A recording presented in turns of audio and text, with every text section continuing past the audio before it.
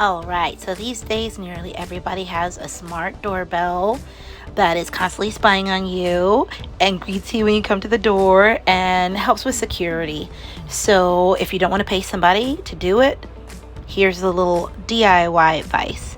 Make sure if you're getting a kit that's supposed to replace an existing doorbell, your doorbell wires are working, because you're going to want to take pictures of them and know which one's going from the transformer to the chime, so on and so forth. So this is the one I was replacing for my client.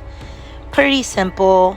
Disconnecting the wires from the back of the original chime to reconnect.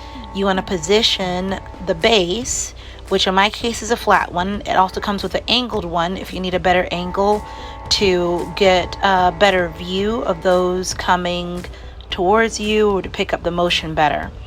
As you see, the two screw holes lined up pretty well, but I felt like they were a little big for the screws, so I put some washers behind them.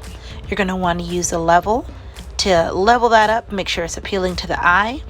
Now with your two wires that you already took pictures of, you know where they're going, coming out, I like to use my needle nose pliers and curve them a little bit more on the end so that they make a nice contact with the back of your doorbell button. Now we're going inside to where the chime is, and that's why I said it's so important that you have those wires fully functioning, because you're going to come in this box, look at the wires attached to the transformer and the chime.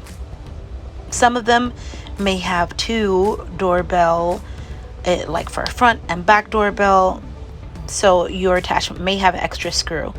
Honestly, the instructions from Google are super clear and super easy to follow. These are just a few tips. So enjoy spying on your neighbors and seeing your packages delivered. Have a great one, guys. See you in the next video.